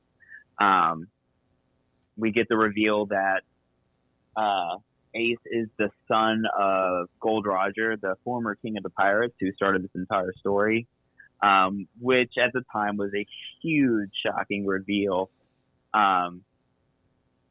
We get to see the first interaction between Buggy and Shanks for the first time since the series began, knowing beforehand that they had been on the same crew together. And we get kind of this bond between Law and Luffy, which is still in play right now, where towards the end of the war, Luffy is the one that Law is the one that ends up saving Luffy's life, and healing him from the wound left by Akainu. And this fight also comes into play later on as it ends up splitting the admirals once Fleet Commander Sengoku steps down. Akainu and Akiji end up going at it to see who's going to become the new fleet admiral. So overall, like, the fights in it are amazing. The arc's one of the best ones, and like I said, everything that happens in it kind of shakes up the story of One Piece going forward. Well, boys, we are here. We're about to hit the top 10. I do want to give a shout out to a couple of honorable mentions. When it comes to these honorable mentions, there were some that just didn't make the cut for one reason or another, whether if it's just, it's good, but just didn't make it. And there are some that just couldn't make it because we're trying to be respectful. Examples like Goku and Vegeta, Goku versus Jackie Chun, Gokudera versus Gamma, Jiraiya and Pain, Madara, Mike Guy, and then some that just could not make it, like Deku and Shigaraki, Shiki versus Draken Joe from Eden Zero, the Kanto incident from Tokyo Avengers. So many great fights that we'd love to shout out and really talk about more, but just didn't really make the cut. If there's any fights that you're a huge fan of that's not on this list so far, please let us know down in the comments below. And also shout out to Gar versus Elsa from ReZero, which is the hippo death. One of the best moments in Animan Plus history, of where Josh almost forgot to mention that she dies from a hippo, and when he tells us, me and Zach lose our absolute shit because of how stupid and hilarious that was. With that said, let's jump into the top 10 and close out the show. Coming in at number 10, I don't want to butcher this guy's name, so Diaz, I'm leaving it to you. Ichigo versus who? Ulquiorra. Thank you. So, whereas we have Byakuya and Ichigo being the build-up fight of the first arc of the show, I would almost say that this fight between Ichigo and Ulquiorra is really the build-up of the second arc. I mean, the arc is all about Aizen, but at the same time, from this character's introduction to kidnapping Orihime from Karakura Town up until this fight in Hueco Mundo, I've just been wanting to see Ichigo hand and elder this guy the whole time. And I think Ichigo's been wanting to do the same thing. Ichigo has had his ass beaten by numerous Espadas, specifically before this guy, there was Grimmjow. Now, when Ichigo finally manages to land an actual hit on Ulquiorra, he's just like, if I beat you here, I bet I stop this whole war because you're probably the strongest Espada. To which Ulquiorra reveals his numbered sign as 4.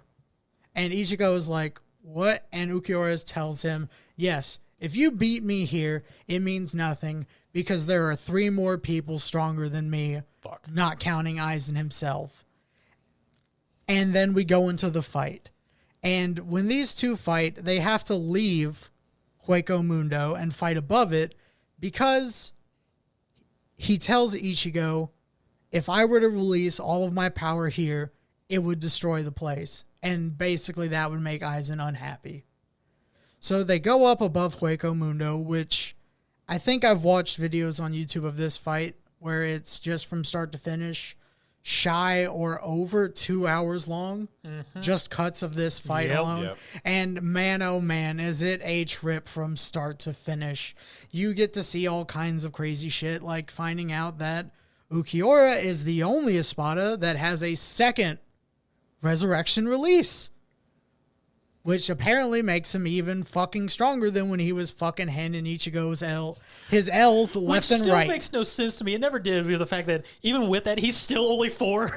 Yeah, even with, well, the thing is, he had explained that his second release was something that not even Aizen knew he had. So it's, you get the theory that maybe Ulquiorra is a little bit stronger than 4 where he was placed, but you don't really know it for sure. One of the badass things that we get to see come out of this fight is not only just the second resurrection of Ulquiorra, but we also get to see Ichigo go full-blown Vasto Lord, which is not just a little bit of hollowification, but it's full hollowification. Ichigo's got the hole through his chest and everything. Goes full-blown hollow, completely decimates Ulquiorra, and we come to find out more about these hollow powers and what they really are later on when you get into the Blood War arc, which will finally be fucking animated. Bless all the powers above. It was supposed to happen this year, and it Yep. got put, and we're just now assuming it's that's- going to happen next year. That's the good old COVID for you, but Yep. we'll see what we get next year. Hopefully it'll be worth the wait. I think it will be, because Been a long while time coming. while they're not on our list, there are so Oh yeah, there's so tons of fights. many fights in there that I could have made a fucking 10 list or a 15 list out of just that arc. Right.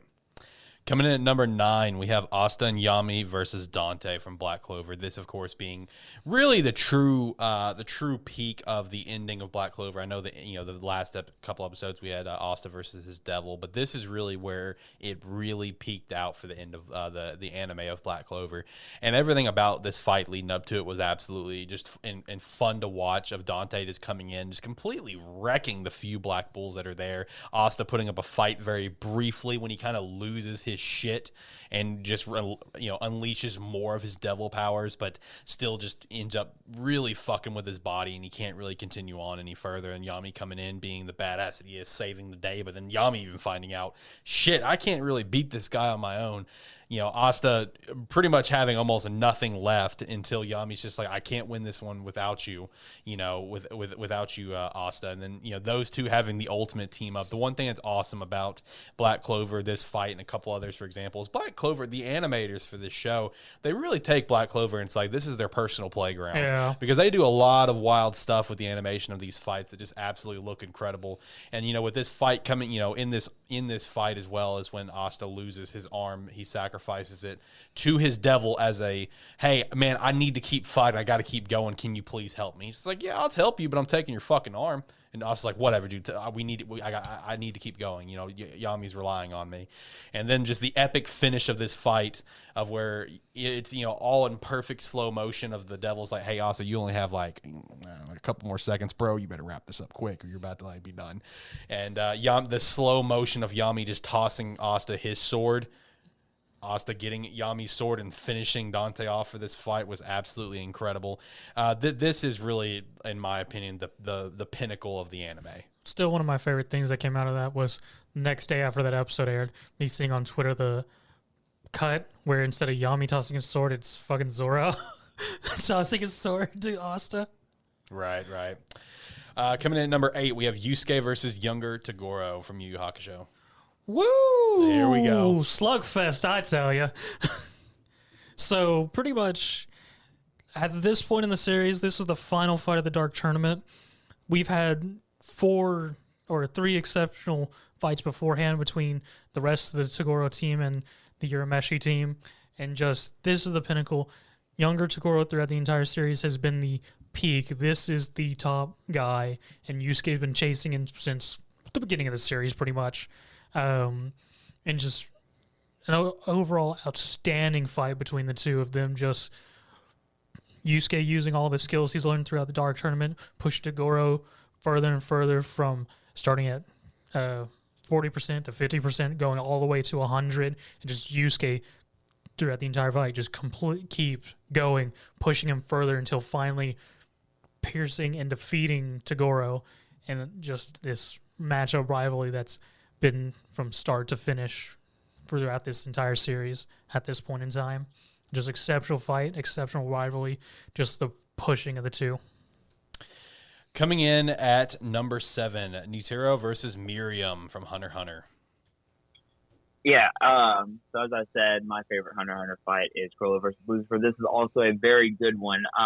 And basically it's the one of the biggest fights in the Chimera Ant arc. It's the strongest hunter at this time, Chairman Nitaro versus the strongest creature, the nameless king of the Chimera ants. Netero is able to get, I'll just call him Miriam for now, even though that's one of the plots of the fight. Is able to lure or get Miriam away from the castle and the other Chimera ants in order to fight him, and ultimately his goal is to kill him. Though Miriam just wants to ask Netero questions about humanity, as he's part human and quite curious. So Netero tries to fight Miriam without Miriam ever even budging, up until Netero's like, well, if you won't fight me, then I won't tell you your name, which is what ultimately convinces Miriam to fight Netero. The fight it's a really good fight. It's really well animated. All of Netero's attacks towards Miriam and are just really good. There's kind of that backstory of Netero thrown in there too. Ultimately, the fight is a loss on Netero's end, as he wasn't able to actually ever kill Miriam, and Miriam comes back even stronger than he was before, taking some of his followers' power. Coming in at number 6, we have Deku versus Overhaul, My Hero Academia. I know. Man, oh man. What a fight. Shout out to the eye that got, that had a bigger animation budget than the entire season 3 and 4 of the 7 Deadly Sins. Right? Yeah, no shit. Man, so there's just the thing about this fight, it starts off with just, the police trying to apprehend this criminal. And man, oh man, does it I'll tell you what, as a watcher, it hits you with some gut punches. You see who is considered to be the strongest student at UA take one of the saddest L's I think I've seen in this series. True. Oh, Lemillion. He was probably the character I was rooting for the most, like waiting to see what's going to happen, like with this character going on into the future. And he loses his quirk. And you see him lose his quirk trying to save. Oh my God, why am I blanking on her name? Eri, right. God, I haven't watched anything in a while. You see him lose his quirk saving Eri from Overhaul, who's basically just trying to dissect her and rearrange her over and over again because he's a fucking scumbag, and that's what scumbags do, is dissect children. It's a fact. Look it up. I've never met a stand-up person that dissects kids. I mean, he's not wrong. Look at FMA. Oh, see, there you go, dude. But like, so one of the things about this fight in particular that's great is you've just got Deku, giving it his all, trying to stop this guy, and nothing's working. And you've got Eri, whose quirk is, at this point, been explained to her as a curse, and it's not good for anything. And all she does is hurts people and all this blah, blah, blah bullshit that Overhaul's told her. But man, oh man, does it feel great to see Deku tie her to his back. Her quirk makes him basically, he more or less just straps on an invincibility chain. Yeah, he's basically Junior All Might. And you see him hand Overhaul this just great ass whipping, which features a great soundtrack, by the way, which you'll get to appreciate more if you had watched the second movie. That's true. Because that is a underrated piece of music to come from this show, in my opinion. Yeah, it is. Might You. Might You. Yep. Fantastic piece of music. Going with some fantastic scenes. And me, I'm, for lack of a better way to describe it, I'm a big pussy when it comes to watching anime fights. Like, when they move me, I cry. I do. Like, I cried during this fight. I cried when I thought Endeavor was going to get his ass beat by that Nomu. Like, he was just standing there with his hands up. I cried. Deku beat the shit out of Overhaul. I cried. All Might was standing there. Guess what? Shocker, right? I cried. I mean, like, just for whatever reason, things that are animated very well and have a very great accompanying soundtrack. Oh, man, I cry.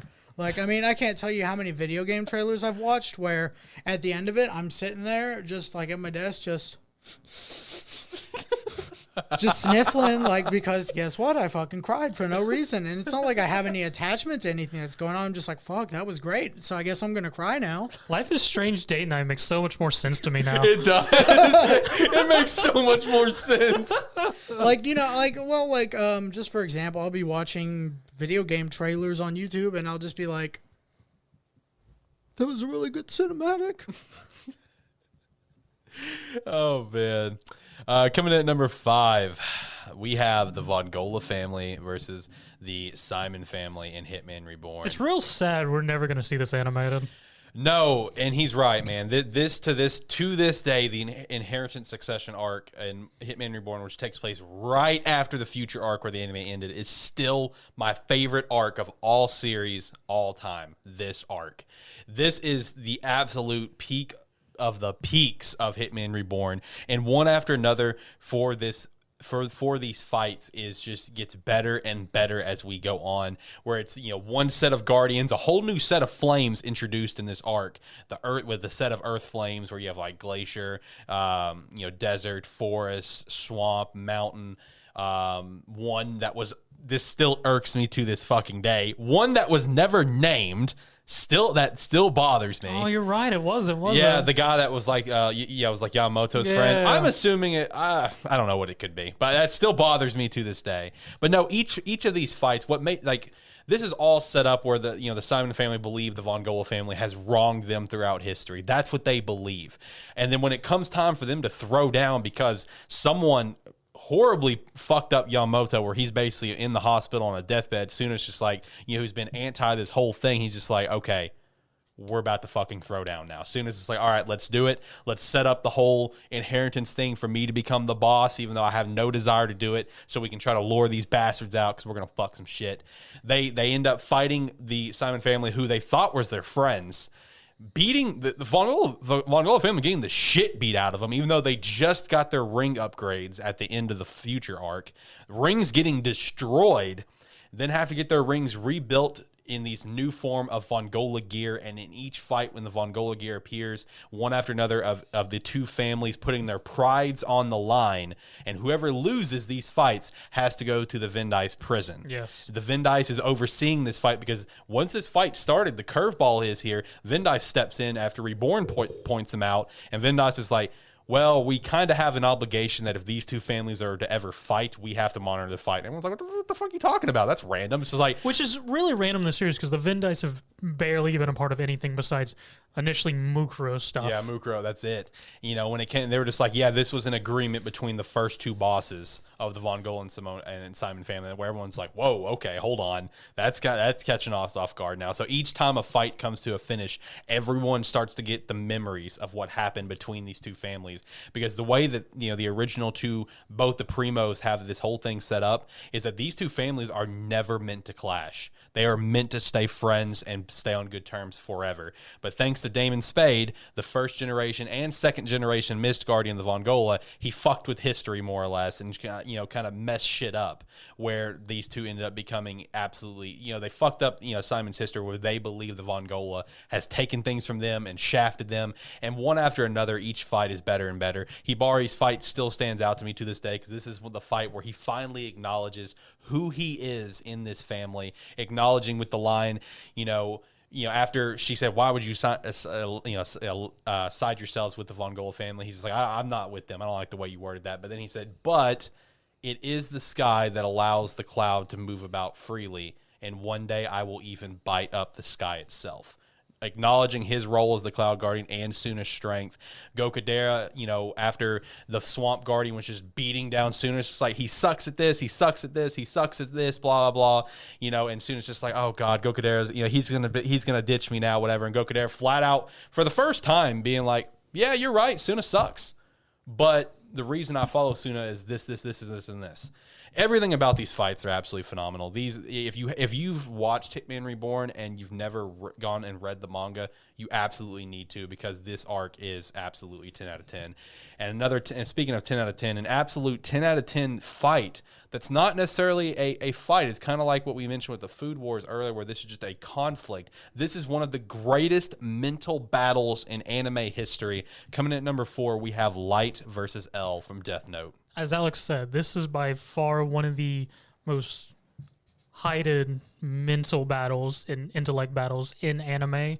Still to date, honestly, of just L versus Light in Death Note, and just their whole giant chess game throughout this entire series of Light trying to outwit L and kill L and continue being Kira, and L the whole time just being aware Light's Kira. I'm fairly sure at least once L met Light, he was fairly confident that that's who Kira was. Yep. And just him just playing this game with Light of just getting him, trying to get the evidence to prove that Light was Kira. And just their whole giant chess battle of the two of them just constantly going back and forth of trying to outwit the other, from Light having him and I forget her name now. The other girl, the blonde-headed girl who I don't remember her name either. who had a Shikigami. Yeah. And him having them both abandon their death notes so they forget everything. Misa. Misa. Thank you. Misa. Misa Yeah. Amane. Yeah. To L doing his first introduction of having the broadcasters claim this is him, and Kira killing him, and L popping up just like, yeah, this wasn't everywhere. This was actually only in the Tokyo metropolitan area. So thanks for helping me shorten the search area. Still one of my favorite moments in an anime. Yeah, and even to the fact, even though not a lot of people who've read or watched Death Note aren't the biggest fan of the ending second half of even just sort of L's thing, even after L unfortunately finally loses that fight and perishes, L sort of just last mementos of the two students, successors he sort of leaves behind with his sort of skills and whatnot and teachings that eventually help to catch Light in the end and everything. So just an overall top intellectual fight and chess battle between the two of them. Yeah, that spanned like 30-something episodes. I mean, and that's what just makes Yeah. it so great. Speaking of spanning a lot of episodes, coming at number 3, this fight has taken the crown in anime history for the longest episode fight ever. Of course, that the one that everyone knows and keeps fondly in their mind is Goku and Frieza being considered the longest fight in anime history. Well, this one right here actually topped it in episode count, and that is Luffy versus Katakuri in One Piece. Yeah, Luffy versus Katakuri is the big fight of Whole Cake Island, and basically it's more or less a mirror match. As Katakuri has the Mochi Mochi Devil Fruit, which allows him to turn his body into mochi, which his fighting style resembles Luffy's Gum Gum Fruit. Not only that, Katakuri has firstly awakened his Devil Fruit, which means he can turn other things into mochi. So it's the second time or the third time we see an awakened Devil Fruit in the series. And on top of that, Katakuri has advanced observation haki, which means he can see into the future enough that he can more or less predict his opponent's attack. So right at the start of this fight, Luffy he's up against the wall. And as this fight goes on, Katakuri begins to start respecting Luffy for how he can dodge all of his attacks and how he keeps up this fighting, and so on and so forth.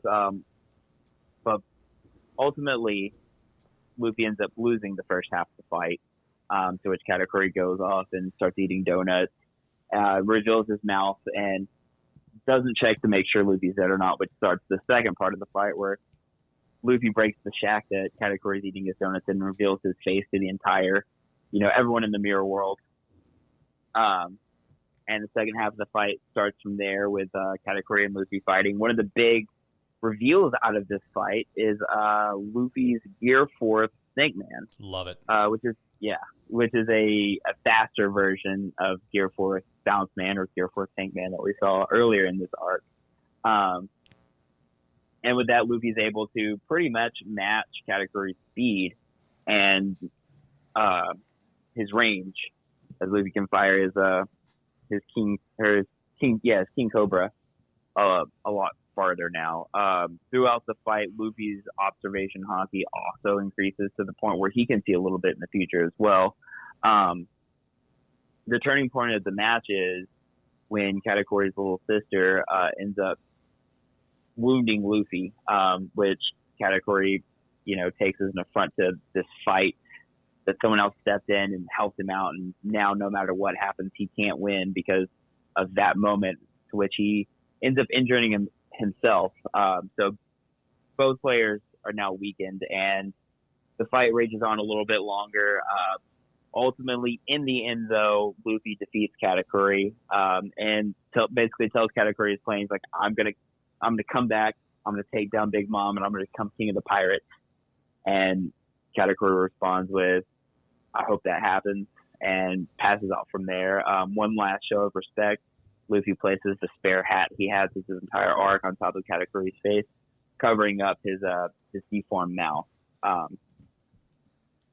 When the fight ends, Katakuri has a deeper respect for Luffy, and ultimately ended his main goal of killing him to look at him more as a rival now. Yeah, and as we've talked about throughout this this episode, a couple fights that stand out to us are just fights where there's just a lot of mutual respect between the two, and that's one thing about Luffy and Katakuri that really stuck out to me reading it, was just the pure amount of respect between the two. And while I'm not an anime watcher for One Piece, I have watched this fight personally just on YouTube, and it's an absolutely wonderfully animated fight. One Piece animation is always top notch these days, and this was definitely an example. Coming in at number 2, I already mentioned it, and that is what was the longest fight in anime history, a legendary fight that has shaken the foundation of anime and changed the anime industry as we once knew it. And that is Goku and Frieza. When this fight happened in the anime, it really did change the landscape for anime fights at the time, this being the longest fight in history, this being the introduction to Super Saiyan, of course, which, again, comedic reason, Super Saiyan was made just so, Toriyama didn't have to always color in Goku's hair at the time just to save them time. That's a funny little tidbit there. But this fight had so much build-up throughout the entire Namek arc, just the eerie feeling throughout the whole arc of Frieza being this psychotic fuck, and this little dude, by the way, where it's just like, man, what the hell is he going to do? He's some little guy in a little pod floating around. But then as he further continues to evolve and fighting all the Z fighters one by one, Vegeta coming up, getting his shit wrecked. And then, of course, the reveal of Vegeta and his last dying breath to Goku about the truth of what happened to the Saiyans, and Vegeta in tears begging Goku, please beat Frieza, and then just the fight taking off from there. The presumed ending of where Goku fires the spirit bomb. They thought it was done. Frieza comes back, blows Krillin up right in front of Goku, shoots Piccolo at the same time, and Goku loses his mind and becomes a Super Saiyan for the first time. Then, they really need to get a clock, because then it's, 5 minutes till Namek explodes, and it was like 20 episodes later, so it's a lot of episodes in a 5-minute span, but okay, thanks anime logic. But no, I mean, this fight, of course, you'd expect it to be up there, because not only was it just a really good fight from beginning to end, but because of the build-up and everything with it, but just because of the effect that it had on the anime industry, because it really did change everything that we kind of know about anime, and it really helped further pave the way for what we have today. And then coming in at number 1, build up. That is a big thing about anime fights or manga fights or anything. And this fight has the biggest build up in history of manga and anime, in my opinion. And then also one of the biggest rivals there is in anime. Yes. Rivalries. When people think of rivalries in anime, people are going to naturally take Goku and Vegeta. Depending on, I guess, your era, people are going to go to like Yugi and Seto Kaiba. There's the L and Light. There are these notable rivals, but one that always sticks out above the rest for people is Naruto and Sasuke. The finale for this fight, a fight that has been built up over 600 and something chapters, because the series ended at 700. I think the fight started in the 680s, I believe. And the build up for that, man, with their first fight, the couple of meetings they had since, the meeting where, the last meeting before the war started, where, Naruto said, hold your anger and release it on me, because I'm the only one that can take it. This fight is absolutely top notch. This fight, the entire fate of the world literally rides on this fight, because everyone is still stuck in the infinite Tsukuyomi that only they can release. The only people on this planet is Sakura, Kakashi, Naruto, and Sasuke. And while reading the manga, it's fantastic, it's great, but the anime for this fight is incredible. Because the one thing that we have shouted out multiple times in this episode is the music. The music just draws you in, especially when you bring in the intro songs. It really pulls you in. This fight starts with no music, nothing. It's complete silence. It starts at the head of Madara and Hashirama's statue. When they jump down, you see Naruto and Sasuke through the years, the kids' versions, when they were Genin's, when they fought the first time, when they encountered the first time in Shippuden, to how they are now, just flipping through their different appearances. And then as I just rewatched it recently, it's about 3 minutes of complete just silence in them fighting. They don't say a word to each other. No music, no words. Sasuke knowing how Naruto fights throughout this whole thing, stopping him from doing the Shadow Clone Jutsu like 4 different times. Sasuke literally creating hand signs with Naruto's hands as he's doing it to use like a fireball jutsu. Everything about this fight delivers the buildup that we've waited for throughout the whole series. The epic, once they finally do start to actually say words, where they start to unleash, Kurama's power, the Susanoo, everything. Like, it just completely continues to ramp up from there to the to the epic finale where they have like no chakra left and they're just beating the shit. It's a good old slugfest. Yes, it is. It turns right into a good old slugfest right in the end. Just beating the shit out of each other with almost nothing left. And then Kurama, giving Naruto this speech of like, hey, I can give you my last bit of chakra, but I'm about to go to sleep after that. Kurama just going through like, hey, you need to be ripped, blah, blah, blah. And then Kurama just stops talking and Naruto is just holding his fist up. Just like, not even saying a word. Naruto's like, all right, let's get it. I'm ready to do this. Do the fist bump, pass on the last bit of chakra, and then the beautiful shot to end their epic finale of as Naruto's going through the air, and you have his Rasengan, and you see each character's hand go over the Rasengan with Naruto that's impacted him throughout the series for the finale. And then all of the dream sequences of, the two characters and their parallel, of lives, of where you see Naruto with only like 1 or 2 people. You see Naruto with Iruka. Then you see Naruto's group, his friends. You see the entire army behind Naruto of people that he's encountered and becomes friends with. And Sasuke is all alone. And it's just like a complete eye-opening moment for Sasuke of just like, hey, I realize that now losing this fight, I've completely fucked up my life in every way possible. This is to me the greatest build up for a fight in anime history, and it's my opinion the best fight in anime history, in my opinion. Do you boys have? I know I went on a big monologue there. Do you boys have thoughts on this fight? I mean, I'm in complete agreement. This episode, the string of episodes that this fight is just exceptionally well animated. Everything from just how this is a pinnacle fight. This is the ultimate fight of the entire series of Naruto, because this has been a rivalry since back in like chapter 4. Yeah. And yeah. And then over 600 chapters later, we're finally getting just these sort of generations of these two, and just how it does flow from their beginnings to their middle all the way to this current time. It is just a overall encompassing fight of this entire series, the story of both these two characters, regardless of all the other stuff that's happened in this series, just encompassing these two and just more or less stating that Naruto is mainly a story between these two. Yeah. Yeah, and I mean, it's really one of those series that you can tell because from start to finish, the minute you've started this series, either anime or manga, you know where it's going to end up. Everything else that's happened in the in-between, it was always going to end with these two fighting. And, there's a quote from a song by Brandon Flowers. He's the lead singer of The Killers. And I think it really applies to the Naruto-Sasuke fight, and it's from Mr. Brightside. It started out with a kiss. How did it end up like this? God damn. That's very well done. Well done, Diaz. Jesus Christ, that's amazing. But no, I mean, like I said though, everybody that's watched this show has known that like it was always going to end with them fighting somewhere at some point, and it being a end-all fight. I think the real surprise for me was just the fact that one of them didn't actually die. Yeah. Because, I expected one of them to die. And, I mean, the show's named Naruto. I expected Sasuke to die. I'm not going to lie. Well, that was actually sort of a twist, because when you think about it, when the point when the two of them met each other for the first time again forever, right after Sasuke's attack on the Hokage meeting. Yep. And Naruto and him have that sort of standoff, and Naruto more or less telling him, fight me, and there's that moment where they both have a realization after crossing a couple fists that they're both, one of them is going to die at the when they fight, and it's actually addressed at that point too. Mm-hmm. Josh, you got any thoughts on this fight, my friend?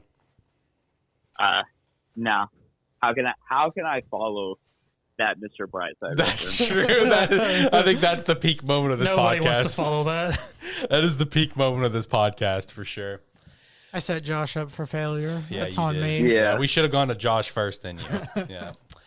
Well, guys, that's going to do it for this list. If there was any fights, like I said, when I talked about the honorable mentions, that was not on this list that you're a massive fan of, or we missed or overlooked or whatever, please let us know in the comments below. Hopefully you enjoyed this one. I know this is a longer one. Lighthearted Gamers 50 was a longer one as well. But hopefully you stuck all the way to the end. If you are, you're an absolute legend. I appreciate the hell out of you for that. Boys, you got any last thoughts before we get out of here? I mean, like, comment, subscribe, rate. If there's any of those fights you dislike, let us know in the comments, and we can fight about it. Sure. I'll throw down on some of these fights. I'll die on a hill. Yeah, Let's he go. will. I'll die on this fucking hill.